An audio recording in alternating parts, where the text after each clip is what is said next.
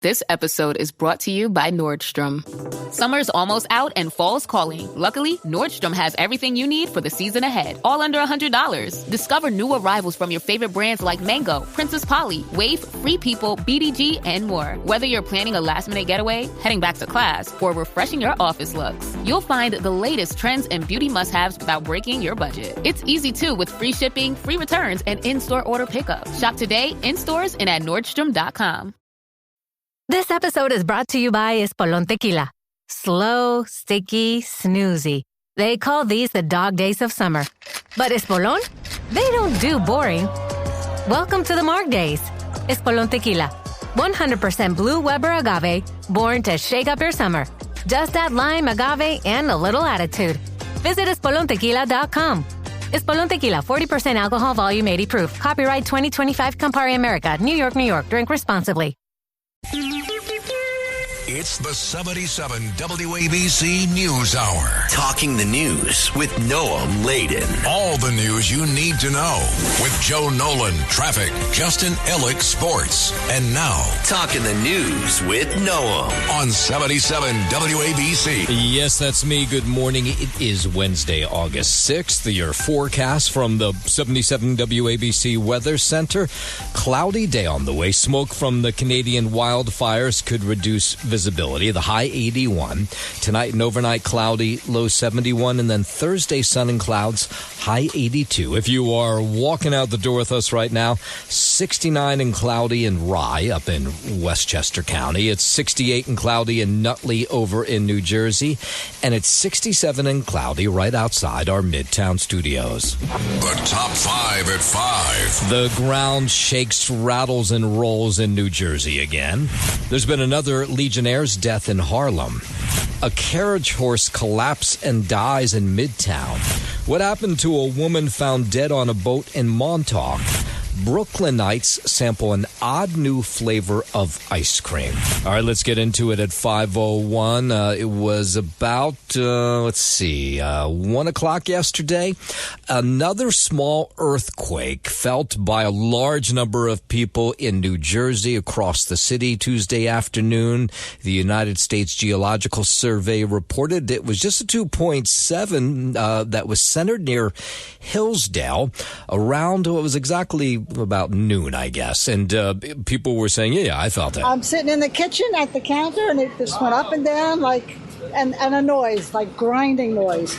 After it was over, yeah, I knew what it was. So this, of course, comes after the earthquake that was a 3.0 on Saturday night. United States Geological Survey, they don't consider earthquakes at 3.0 and below to be very dangerous or damaging. New York City Emergency Management, they were monitoring the impacts, but there weren't any.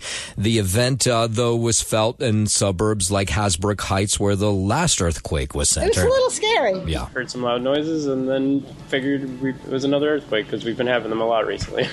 I thought a truck hit the house, and both of my cats took off running. Yes, so I have a brother that lives in Los Angeles, and he finds this all very entertaining. He says, get back to me when it's like a 6 or 7.0. In April of 2024, a magnitude 4.8 earthquake centered in northern New Jersey rattled the area. That one was a lot more intense and had about 10 or 11 aftershocks. 5:02, police investigating after a woman was stabbed inside a subway station during last night's rush. Officers responding to 8th Avenue, West 23rd Street station. This was about 6:30. They found this 25-year-old woman stabbed in the left side of her back. Police say the victim was walking in the station down the stairs when somebody she did not know, a total stranger, stabbed her. She was taken to Bellevue Hospital. She is expected to recover.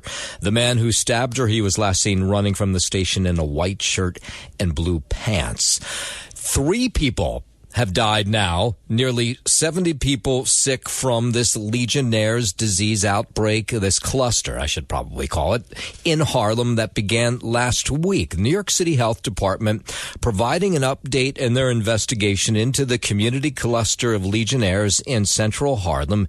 It's linked to the zip codes 1027, 130, 10035, and 10037, and some bordering communities. So 67 people have been diagnosed with the disease since July 25th. 3 dead. That's one more than yesterday. Those numbers an increase from the ones they gave us on Monday night. So, of course, people starting to get a little worried. My body is hurting really bad. Just the other day, I thought I was having a heart attack. I'm also asthmatic.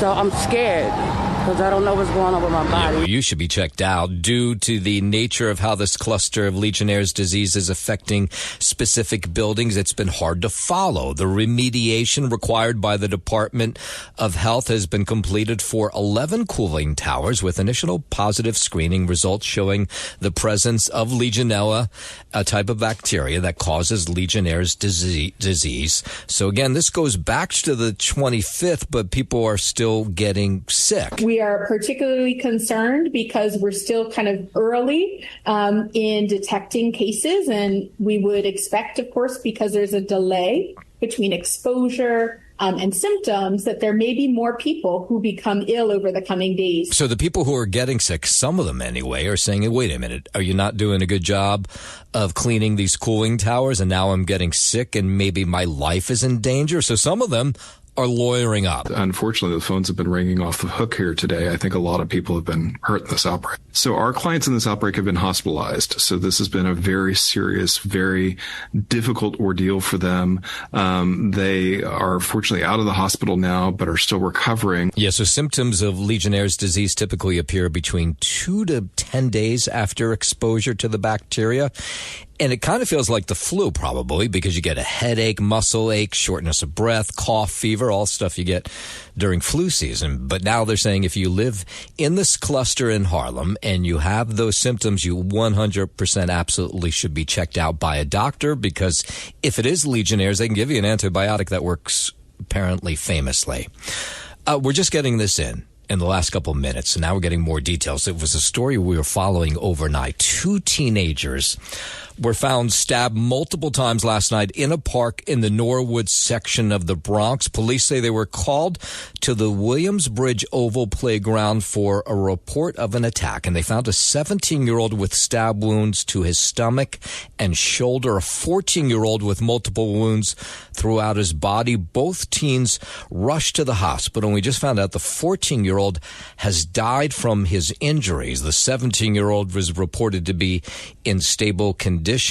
Now, not a whole lot of word what led to this attack or who's behind it. Now, police just telling us a short time ago that the attacker has not been found, but they do believe it is another teenager. Of course, as more information on that comes into us, we'll pass it on to you.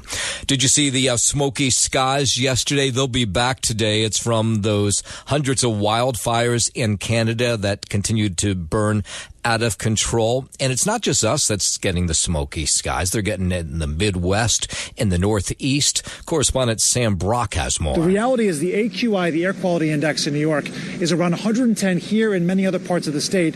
That has prompted an advisory. If you move just even farther east, Boston, for example, has an AQI of 115. Yes, so values over 100, they're generally considered to be unhealthy for certain groups. A number of major cities, including Boston and Philadelphia, under the same sort of air quality alert that we're under. But Wisconsin and Michigan, apparently they're experiencing the worst of it from these Canadian wildfires. People in that region being told to limit outdoor activities. Yesterday, Logan International Airport had to slow down flights by about an hour of delays just to be able to accommodate for low visibility. It's 200 wildfires burning, all of them out of control, simultaneously in Manitoba and Saskatchewan, Canada. That smoke that's being manufactured is drifting all the way through the upper Midwest into parts of the Northeast as well. The expectation that smoke will likely linger for another day, but hopefully then disperse. Yeah, it's been kind of intense, though. You could just see it yesterday. WABC News Time 509, the family of fallen NYPD cop Darul Islam speaking out for the first time yesterday since the 36-year-old detective was killed in last Monday's mass shooting at 345 Park Avenue. The Islam family invited journalists to their home up in Park Chester in the Bronx, where the father delivered the remarks through a translator, and his father described the emptiness he feels without his only son. He said he thinks about him all the time. He didn't hurt anyone. he protected the people around him. So that makes me very proud to know that his life wasn't lost in vain. I feel like I'm in darkness, but I will try my best so that my grandsons can always remember him. The father thanked the media, New Yorkers for their support during difficult times. He singled out Governor Hochul, NYPD Commissioner Jessica Tisch, and Mayor Adams for their help. The officer's father actually suffered a stroke when he found out that his son was killed last week, so he was visibly emotional. He sobbed a couple times during this press conference yesterday, talking about the fact that this 27-year-old gunman armed with an assault rifle took his only son's life. His sisters, the officer's sisters, they spoke yesterday as well. My brother was a hero. We love him so much. In watching this press conference, you had the officer Islam's kids were there, his wife, his father, other family members. In this difficult time, we saw something powerful. People from all walk of life, from all parts of city, coming together to support one another. The sense of unity gives us hope. Yeah, the family said they felt compelled to speak out yesterday to thank New Yorkers in the aftermath of their son, their brother, their husband's murder. 511, Long Island police shot and injured a man yesterday they say was seeking to commit suicide by cop. Suffolk County Police were called to a home on Ohio Avenue in Bayshore around 1:25 Tuesday afternoon for a hostage situation. When they got there, they say Joseph Restaino threatened officers with a long sword. Police tased the 33-year-old, and when that didn't work, he was shot at least once. He's in the hospital, no word on his condition. There were no hostages inside the house. Restaino may have made the 911 call himself. Andrew Whitman, NBC News Radio, New York. Let's go down to Texas at 5:12. Republicans in the Texas House again unable to vote on their congressional redistricting plan. They want to potentially have switched some seats from that are normally Democratic districts to Republican ones.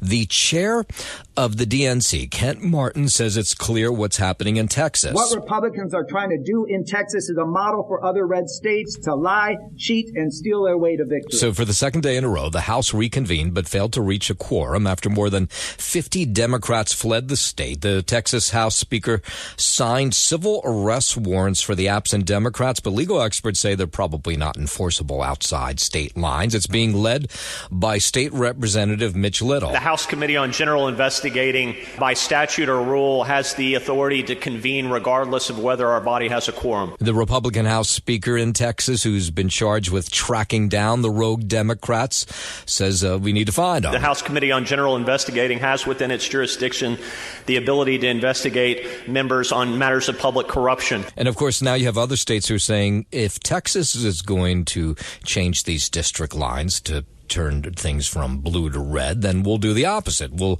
change things from red to blue. California's Democratic leaders preparing to support Governor Gavin Newsom's proposal for a special election in November. Newsom says he's responding to President Trump's urging Texas Republicans to redistrict for 2026 to secure GOP control of the House. He's dialing for seats. Familiar because he dialed for votes in the last election. Here's someone who tried to break this country, try to light democracy on fire on January 6th. He recognizes he's going to lose in the midterms. Newsom wants to allow lawmakers to temporarily regain power to redraw congressional district maps in California. Same thing happening in Illinois. The governor there, a Democrat, J.B. Pritzker, considering a possible mid-decade congressional remap in Illinois to counter what's happening in Texas. If they're going to cheat, then all of us have to take a hard look at what the effect of that cheating is on democracy.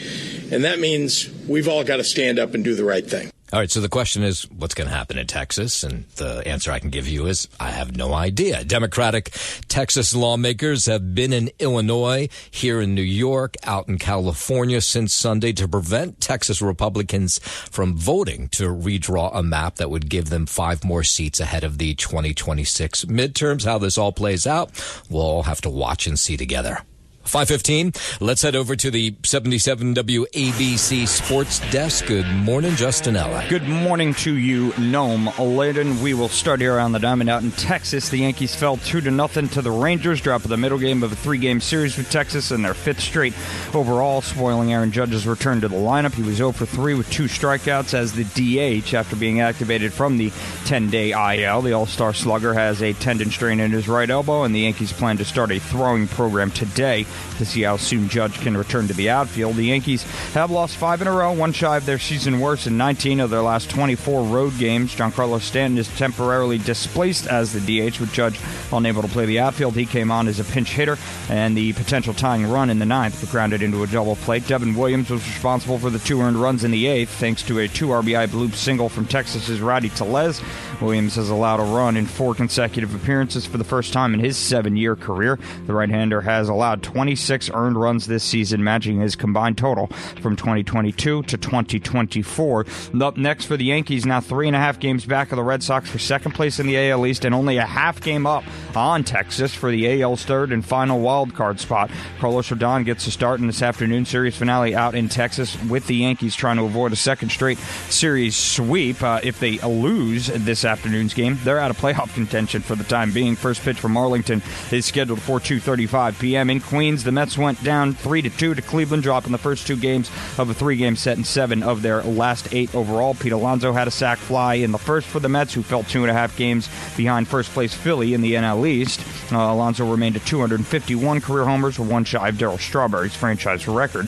Mark Vientos doubled leading off the second and scored on Tyrone Taylor's single, but New York's offense went silent after that against starter Logan Allen and 4 relievers. Up next for the Mets, David Peterson will get the start in this afternoon series finale against Cleveland, with the Mets also trying to avoid a series sweep there. First pitch from Queens is scheduled for 1:10 p.m. Big news here out of the NFL. ESPN is acquiring the NFL Network and other NFL media assets, including the linear rights to the league's popular Red Zone channel, in a deal that will see the NFL get a 10% equity stake in the All Sports Network. It was announced last night. ESPN will also acquire the NFL's fantasy product and merge it into its existing platform, making ESPN Fantasy Football the official game of the NFL. A little shake-up there in sports media. That's your Sports Gnome, and I'm Justin Ellick on 77 WABC. WABC News Time 5:19. The Department of Justice convening a grand jury in the Russian election probe. Attorney General Pam Bondi signing off on the move, and President Trump says he's happy that action is finally being taken. They deserve it. I was happy to hear it. I actually read it just like you did. I have nothing to do with it. It comes after the Director of National Intelligence, Tulsi Gabbard, released new documents she says proves former President Obama officials tried to sabotage President Trump in the 2016 election. But what they did in the election, what they did in even the last election, but it was too big to rig. But what they did in the 2020 election is grotesque. Tulsi Gabbard says the officials acting on the direction of the former president suppressed evidence that showed there was no collusion between President Trump and Russia. The grand jury will examine those documents, determine if any indictments are warranted. Overseas at 5:20, Israel reportedly preparing to take full control of the Gaza Strip. Correspondent Matt Bradley is in Tel Aviv. He says it would mark a major expansion of Prime Minister Netanyahu's war goals. So the IDF says it already controls the majority of Gaza, but this would be a major expansion and an escalation. It could complicate any negotiated deal to free those remaining hostages, of whom they're thought to be only about 20 still left alive. So yesterday, Netanyahu convened the country's security cabinet to discuss the next steps in the war. This marks a major expansion of Prime Minister Benjamin Netanyahu's war goals. His office had said that he's decided to occupy all of the Gaza Strip, including places where hostages may be held. It's unclear what exactly this new move from Netanyahu would look like, but he's holding a meeting of his security ministers today to discuss how to proceed in the Gaza Strip. Now, all of this comes amid concerns about the fate of the remaining hostages should military efforts in Gaza increase. I was watching yesterday Netanyahu speaking with military recruits, apparently maybe about this plan that could be initiated any time now. 5:21, let's bring it back home. out to Montana, where the manhunt for the gunman in that deadly mass shooting over the weekend at a Montana bar, it's in its 5th day. They can't find this guy. Governor Greg Gianforte reading the names of some of the victims. To acknowledge the loss of 4 Montanans, 59-year-old Daniel Edwin Bailey, 64-year-old Nancy Loretta Kelly. He signed an executive order yesterday to make more financial resources available for local authorities as they look for Army veteran Michael Brown. He's believed to have opened fire, killing 4 people in a bar in the small town of Anaconda. It took place last Friday night. Under Montana law, I'm able to release emergency funds to law enforcement if local agency requests it. This morning, I received that request from Anaconda Deer Lodge. Police say Michael Brown is armed and extremely dangerous, and they believe he has, since the shooting, stolen a truck with camping gear and clothes inside. Brown's family speaking out, saying the 45-year-old has struggled with mental health problems for years. 522 from Montana to Tennessee, where a convicted murderer put to death yesterday, 69-year-old Byron Black, put to death by lethal injection at the Riverbend Maximum Security Institution in Nashville. Abigail Geyer is an advocate for the victim's family. She read a statement after he was put to death. He got to take that up with the Master, the Redeemer. He brought this on himself. I am thankful and grateful to see this day, the load and burden that has been lifted off our hearts. Not just me, but my family with me. Byron Black was executed despite some concerns from his attorneys that a heart device could repeatedly shock him. So about a half dozen media witnesses to the execution say Black showed some visible signs of distress and that at some point he said the words, "This is hurting so bad." He never apologized and he never admitted it, even on his dying bed, that he took it to his grave with him, and he knows he did it. And this is closure for my family. My sister and her 2 daughters can finally rest in peace. Black murdered his girlfriend Angela Clay and 2 young daughters in Nashville back in 1998. 524 from Nashville, go a little further south to Miami, where the Archdiocese of Miami being granted permission now to hold a mass inside Alligator Alcatraz. That's the detention center for illegal immigrants. Community activist Chris Wills applauding the announcement. It's a welcome step in the right direction. However, we've heard that to this day, they still do not have regular access to legal services. So several attorneys have filed this federal lawsuit about claiming that they've been unable to reach their detainee clients by phone and in person for meetings. So it's not clear if this is all part of a move to help get the communication flowing. The Archbishop down there, Thomas Wensky, says Catholic chaplains and ministers can offer masses to detainees and provide care. We certainly call on all of our elected officials who have the power to shut that facility down and make sure that the human rights abuses that have been taking place there no longer continue. Now, Florida pushing back against that, saying that these detainees are being well taken care of at Alligator Alcatraz. 525, so-called dreamers will lose their health insurance at the end of the month. Just under a year after undocumented immigrants who arrived in the U.S. as children were allowed to sign up for health insurance through Cover California, around 2,300 will lose it. The change comes from the federal government's health agency and follows a reversal of a policy that had allowed DACA recipients to access health insurance under the Biden administration. According to the federal agency, the decision was made to help keep healthcare costs stable and more affordable. I'm Dina Kodiak. WABC News Time 525. President Trump says Treasury Secretary Scott Bessent wants to stay right where he is. When he was asked about his prospective candidates to replace Fed Chair Jerome Powell, Trump says the list is long when it comes to people who want to take the job. In the end, there are numerous people that are qualified. Bessent's name has been floated repeatedly as a potential replacement, but the president says he spoke with the Treasury Secretary and says he likes being the Treasury Secretary. It's a highly political situation. It's totally rigged. Smart people know it. People with common sense know it.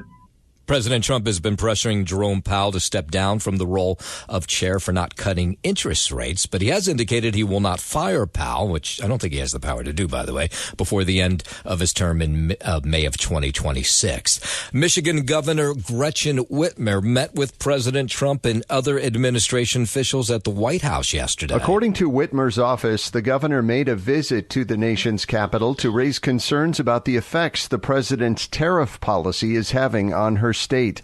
The closed-door meeting also included discussions on fallout from changes to Medicaid and natural disaster recovery efforts. It marks Whitmer's third time meeting with Trump this year. I'm Brian Shook. In a moment, we'll tell you about what took place at Hulk Hogan's funeral yesterday and who showed up. Held yesterday for WWE superstar Hulk Hogan, who died of a heart attack at the end of July at the age of 71. Services were held at Indian Rocks Baptist Church. That's in Largo, Florida. Several celebrities were in attendance, including wrestling legends Ric Flair, Triple H, and Vince McMahon. They were all there. Flair wrote on X afterwards that it was the most beautiful funeral he had ever attended, and says that he adds, even in heaven, Hogan sold out again.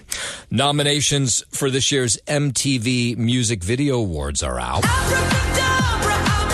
Lady Gaga leads the field with 12 nominations, split between her hit single Abracadabra and the Bruno Mars duet Die With a Smile. Mars is right behind Gaga with 11 nominations, while Kendrick Lamar follows him with 10. The VMAs will be held September 7th at the UBS Arena. For the first time ever, the show will air live across the country in prime time on CBS. Lisa G., 77 WABC News.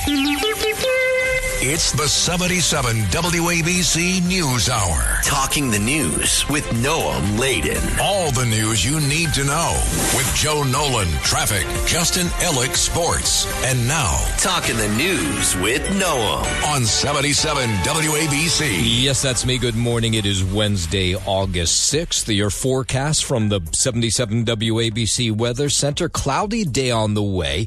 Still going to have a lot of smoke from the Canadian wildfires, which could reduce visibility today. The high 81. Tonight and overnight, cloudy, low 71. And then Thursday, sun and clouds, high 82.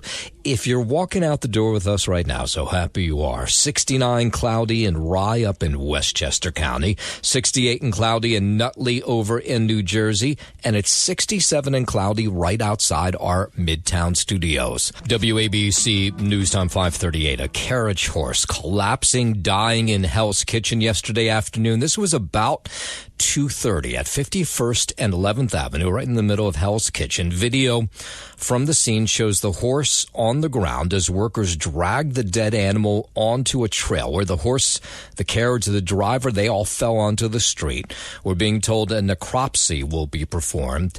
The union rep, so the horse carriage drivers, they're members of TW Local 100, which also represent subway workers. So one of their union reps says the horse was named Lady, was 15 years old. She had been in the city for less than 2 months. And they're not exactly sure what took place yesterday. It's too early to speculate, but it seems like it could have been some sort of sudden event like a heart attack, aneurysm, stroke.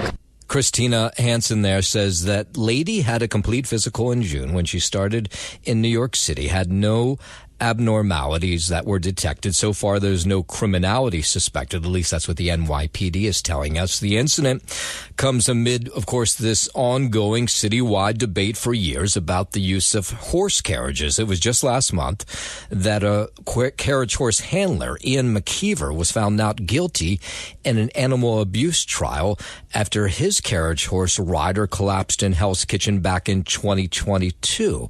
Now, this latest horse death has animal rights activists screaming bloody murder. They're saying enough with this already. Get rid of the horse-drawn carriages, replace them with electric alternatives. This happens over and over again. It's not isolated. This is systematic abuse that is being rubber stamped by the city council. Now, you may remember Mayor Bill de Blasio ran on this. He said he was going to get rid of horse-drawn carriages as one of his first acts as mayor. He never did.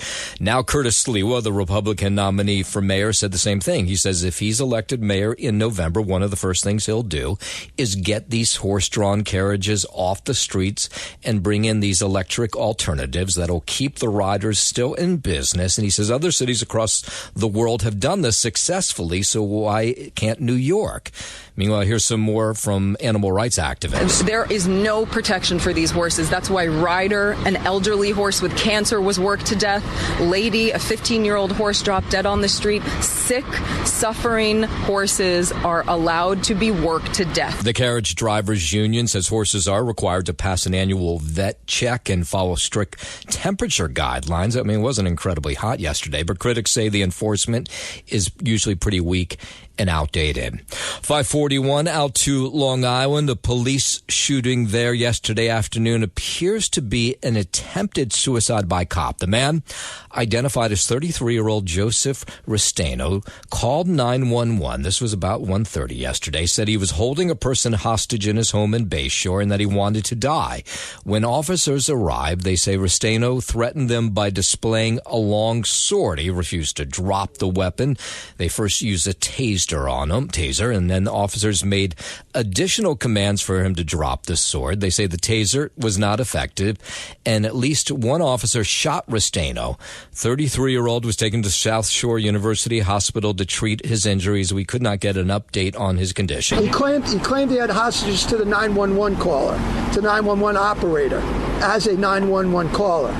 But when our officers got there, he did not claim he had hostages. He just advanced on our officers with the sword unsheathed. No police officers injured in the gunfire. An official says this is being investigated as this attempted suicide by cop. I mean, awful that officers have to deal with this. Neighbors in Bayshore say things have been kind of violent there lately. Honestly, pretty crazy. It's like, the past 3 weeks we've had 2 shootings now. I remember down on New York Avenue, the other shooting with the police officer got shot in the face. It's honestly crazy. We never have anything that happened around here. Now, I should point out, if you are experiencing some suicidal, substance use, or other mental health issues, there's this great number you can call, 988, and you will reach a trained crisis counselor right away who can hopefully help you sort that all out. If you want to go online, you can always do that. 988lifeline.org. 543, while we're out on Long Island, police say a woman found dead early Tuesday on a boat that was docked at the Montauk Yacht Club. Apparently this woman's from the city. Her name is Martha Nolan Oslatera of Manhattan. East Hampton Town Police were called just after midnight Tuesday by a man who saw an unconscious woman at the yacht club. The 33-year-old was pronounced dead by first responders. No initial cause of death. An autopsy will be performed.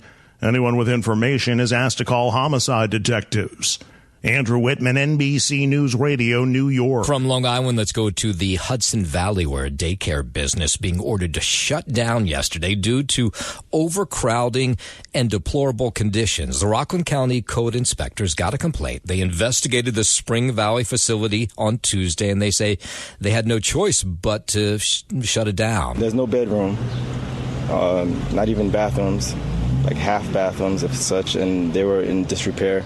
Not in working order, so there was no smoke detectors. Inspectors, you could see in video, ushered 100 children, women out of the daycare and posted red violation notices on the doors of several private homes they say were working in tandem. They also say the managers they interviewed claimed they were operating a therapy center, not a daycare center, which is a little bizarre. One code inspector said he got what he called as a lame explanation about how the place was being used. The managers in charge stated that the dwelling was being used as therapy, not as a daycare. Yeah, so strange, haven't sorted that all out. For the meantime, that Hudson Valley Daycare Center in Spring Valley is shut. In a moment, we'll head out to the campaign for mayor. Some statements from all the candidates in the race. We'll get to that in just a moment. But first, 5:45, let's head over to the 77 WABC Sports Desk. And here's Justin Alec. Thank you, Noam Layden. We'll start here on the diamond in Texas. Yankees fell 2-0 to the Rangers, dropping the middle game of a 3-game series with Texas in their 5th straight overall. They just lose every night, it seems like. Spoiling Aaron Judge's return. Are you pulling your hair out at this point? Or no, I don't even watch the games. You don't bother. You just, you find out about it, this morning when you wake up. I mean, we're on, week 2. What is it, week 2, week 3 of training camp here? I'm moving on. I'm done with this. Really? Yeah, it's over. Wow, you've given up. What? There's still time. You're the third wild card team right now, Noam Layden. And you're a half game up on the team that's about to sweep you. Yeah.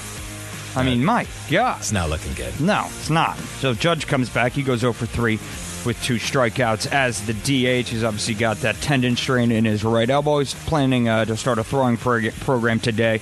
So the Yanks will see how soon he can return to the outfield. The Yanks have lost 5 in a row, one shy of their season worst, and 19 of their past 24 games. Up next for the Yankees, now 3.5 games back of the Red Sox for second place in the AL East. They're only a half game up on Texas for the AL's third and final wild card spot. Carlos Rodon gets a start in this afternoon series finale in Texas, with the Yankees trying to avoid a second straight series sweep. First pitch from Arlington is scheduled for 2:35 p.m. In Queens, the Mets went down 3-2 to Cleveland, dropping the first 2 games of the 3-game set and 7 of their last 8 overall. Pete Alonso had a sac fly in the first for the Mets, who fell to 2.5 games behind first place Philadelphia in the NL East. He's still at 251 career homers, Alonso that is, one shy of Darryl Strawberry's franchise record. Mark Vientos doubled leading off the second and scored on Tyrone Taylor's single, but New York's offense went silent thereafter. Up next for the Mets, David Peterson will get the start in this afternoon's series finale against Cleveland, with the Mets also trying to avoid a series sweep. First pitch from Queens is scheduled for 1:10 p.m. And from the NFL here, big news. ESPN is acquiring the NFL Network and other NFL media assets, including the linear rights to the league's popular Red Zone channel, in a deal that will see the NFL get a 10% equity stake in the All Sports Network. It was announced last night. ESPN will also acquire the NFL's fantasy product and merge it into its existing platform, making ESPN Fantasy Football the official game of the NFL. In a separate deal, the NFL also agreed to license to ESPN other NFL content and intellectual property that will appear on the NFL Network and other assets. The NFL Network will be owned and operated by ESPN, which will control the network's linear and digital rights. The network will be integrated into ESPN's upcoming direct-to-consumer streaming product, and it will continue to be available on traditional pay TV providers. Yeah, their app sucks, by the way. Which, the ESPN? Yeah, they better fix it. Terrible. It's terrible. I'll be watching something and it just totally drops out. Yeah, without a doubt. I mean, I'd rather just go to my Safari, to be honest, at this point on my phone and use it that way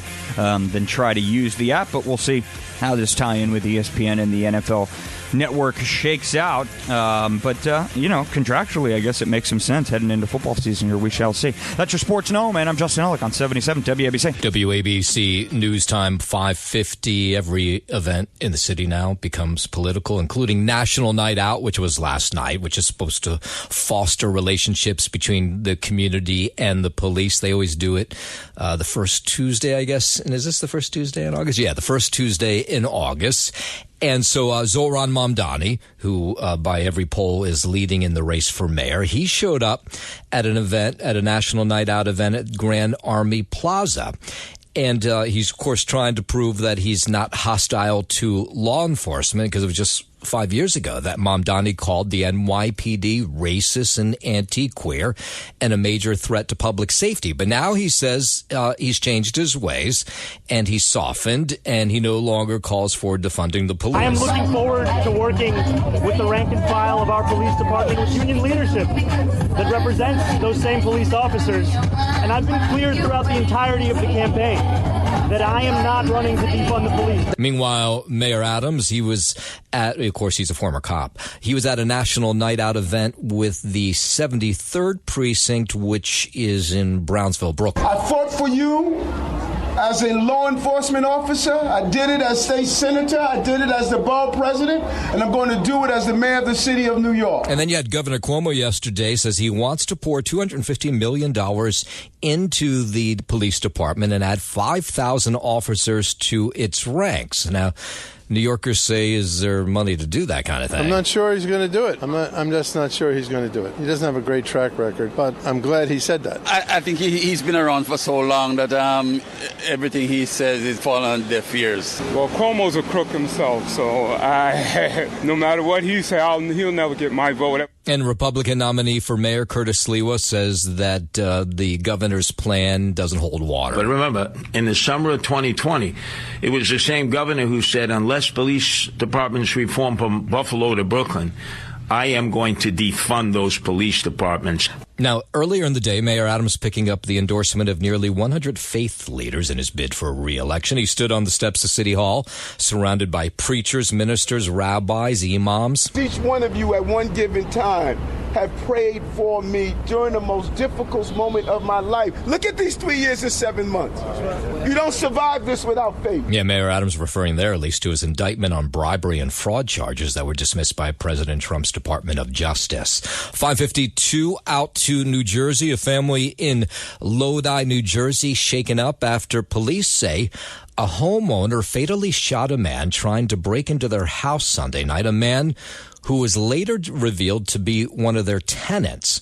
So the homeowner was just sobbing when he realized what had taken place. It was about 11 o'clock on Sunday night when a man was trying to kick open the front door to this home and tried to break in using some sort of spear-type object.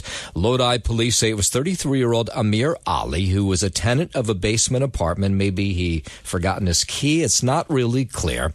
But investigators say the homeowner and family members confronted Ali, and that's when 3 shots were fired at Ali. He was rushed to the hospital where he was pronounced dead. When I went out of my room, I saw the lights from the police and I said, what happened? I hear screamings and everything, and they start saying, why? No. Yeah, so the homeowner says the tenant had only recently started renting from him. He had never had any issues with him, no arguments, no run-ins. He said he barely even knew him. Neighbors, as you might guess, just freaked out by this. My husband's family rents these homes, and, now we're, like, we should do background checks. We're scared. Everyone should be scared because everyone around here rents. So we're all nervous. Yeah, investigators with Bergen County prosecutors are still investigating this case. 5:54, Justin Randall is on the run from the law again, and what has become sort of a real-life catch-me-if-you-come caper. The 18-year-old is accused in a series of subway joyride crimes in which she allegedly takes control of MTA trains and speeds down city tracks, but they can't find her. She's done this a number of times. Tremel Thompson is the vice president of transit operations for the Transport Workers Union, and he says not enough is being done to find this woman. She obviously have a disregard for our justice systems. The MTA, they're not going to do anything or take any type of action until someone gets killed. And by that time, it's too late. It was yesterday that a Brooklyn judge issued a bench warrant for Randall's arrest after she skipped her latest arraignment. Bronx transgender woman is charged with swiping MTA train keys, hijacking out-of-service trains in Brooklyn and Queens, and even assaulting a 54-year-old transit worker to get on one of these trains. Of course, questions, lots of them. How is she able to continually do this and get away with it? I seen one kid say, hey, you're going to kill somebody. Yeah. And the other kid that was operating the train said, oh, well. I don't think there's any type of deterrence. Yeah, so far no sign of her, though. An attorney for Sean Diddy Combs says the Music Moguls team has reached out to the White House about a potential pardon. Nicole Westmoreland told CNN that the legal team has reached out and had conversations in reference to a pardon. Trump said last week he was unlikely to pardon Combs during an interview with Newsmax, saying that while the two had been friendly, Diddy was very hostile when Trump ran for office. Combs was convicted last month on 2 charges of transportation to engage in prostitution. I'm Mark Mayfield. And we'll end in Brooklyn, where breast milk flavored ice cream is being handed out free of charge, maybe because nobody would actually pay for it. And the vendor is a company called Frida, which is better known for the products it makes for babies and new mothers. Frida says, well, the ice cream that they were handing out isn't actually made with human milk. It's packed with the same nutrients that come in breast milk. Okay. The company says it's sweet, salty, and smooth and flavored to be oddly familiar all in the same time. They're doing this as this is National Breastfeeding Awareness Month. I guess they're going to spend a whole month. What are you doing? What's that?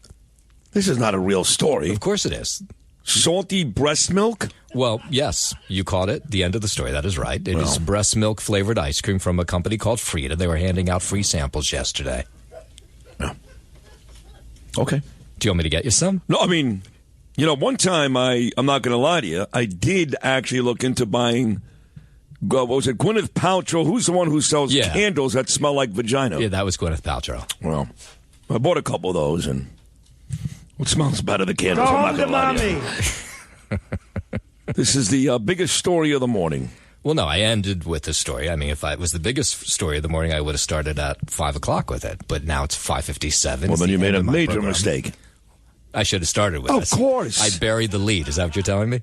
I love your show. I listen every morning. I learn a lot from you. Yeah. Well, look, I actually use a lot of your stuff in my show. You do. You steal it. Uh-huh. I steal it. But nothing really got me all that excited this morning until I heard this part. Yeah. Well, I'm going to see if I can get you a sample of this, if they can drop it off. They're in Dumbo. They're not far away. So. Oh, right there in Brooklyn. Yeah. I want to see Justin do a shot of it. Chase it with when he does the kill on Friday night, chase it with some salty breast milk. Okay. By the way, I should point out, because now that we've sold this company with a free commercial, they're called Off Fellows. It's an ice cream parlor in Brooklyn, which is offering this breast milk flavored ice cream. How do I know if it's really well? Okay, lots of. Well, how do you know? I guess unless you've tried breast milk before, you wouldn't know. Well, we all have, but it was a long time ago. 100% we've all tried it, because you're like, oh, what's this all about? Sitting in the freezer or whatever, and you want to try it. If you see Dolly Parton walking out, then you know that something's going on in the back. I don't think she's creating breast milk anymore. But not anymore, no. Probably not. God bless her. When they clean the work refrigerator out, we better be careful, I think, back there. Yeah. Anyway, how about some traffic and transit? Here's Jill Nolan. Thanks for listening to the News Hour with Noam Laden. You can hear the News Hour with Noam Laden weekday mornings at 5 on 77 WABC. If you like the podcast, share it with your friends and listen anytime at WABCRadio.com and download the WABC Radio app. Hit that subscribe button on all major podcast platforms. Plus, follow WABC on social on Instagram, TikTok, Facebook, and X. See you next time for a new episode, so you never have to wonder. What the heck is going on here? Greg Kelly here for Colonial Metals Group, China's leading the largest anti-American alliance since World War II, one that's already dumped U.S. bonds, grabbed 43 million acres of our farmland, and is plotting to dethrone the dollar. That's why IRA and 401k savers are protecting their savings with gold. Go to freegoldguide.com/Kelly or call 800-655-5186 for your free gold guide on how to protect your wealth with gold 100% tax-free.